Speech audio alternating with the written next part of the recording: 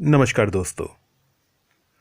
आज हम जिन लेखक की रचनाएं आपके सम्मुख प्रस्तुत करने जा रहे हैं उनका नाम है अतुल मौर्य और उनका पेन नेम है एक अल्फाज। तो अतुल जी गोरखपुर जिले से आते हैं और मूलतः आजमगढ़ जिले के रहने वाले हैं। लिखना और भ्रमण करना इनके कुछ अत्यधिक प्रिय कार्यों में से एक है। शिक्षा से सिविल इंजीनियर हैं और वर्तमान में एक प्रतियोगी छात्र हैं। हिंदी बोल इंडिया के नियमित लेखकों में से एक हैं और समाचार पत्रों में इनकी रचनाएं अक्सर प्रकाशित होती रहती हैं।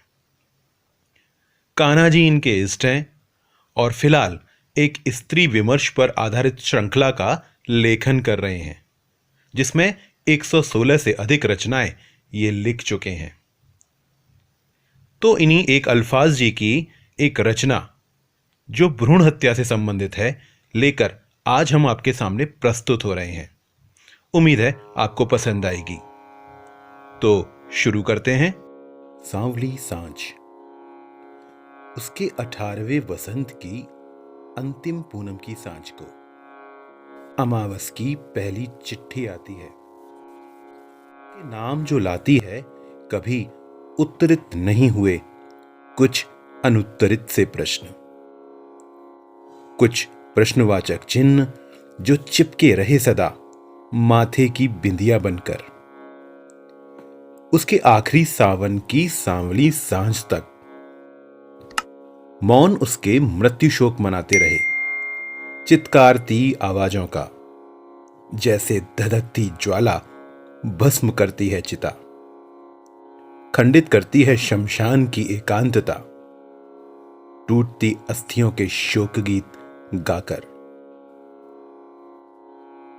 उसकी अतृप्त आत्मा दिग्भ्रमित हो घूमती है तन में, मन एवं हृदय के विकर्णों पर और झांकती है अपनी श्वासों की त्रिज्या से देह के त्रिकोण में।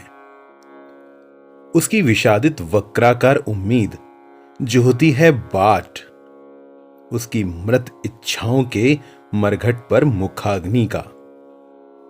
प्रतिकूल दशा में भी करती है वह सृजन और आशाओं की डोर बांधे नैनों की ज्योति से खोजती है नवीन जीवन। वो रुआंसी पलकों तले समर्पण के सागर को बटोरे।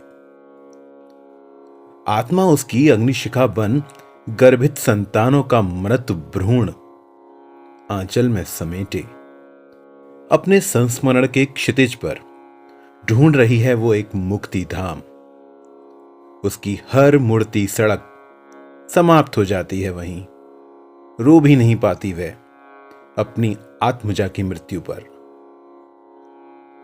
न तर्पण कर सकती है वो उन्हें किसी बहती सरिता के जल में, न दे सकती है चिताग्नि, न रोप सकती है मिट्टी तले वो उन्हें। उसके भाग्य मोक्ष का कोई भाग नहीं।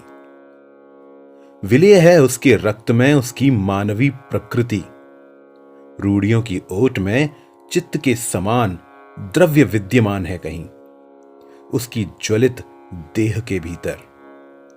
मस्तिष्क की रक्त वाहिनियों में परंपराओं का प्रहर उपजाऊ रहा। सभ्यता की धार विलुप्त हो काया की कोमलता में। शिष्ट होना कर गया उसे निष्ठुर। भावनाओं के नर्म रेशे जिव्या बोलना जान गई उसकी। मीठे मीठे वक्तव्यों के गले में लटकते फंदों से पांव की पायलों को कोई खेद नहीं रहा।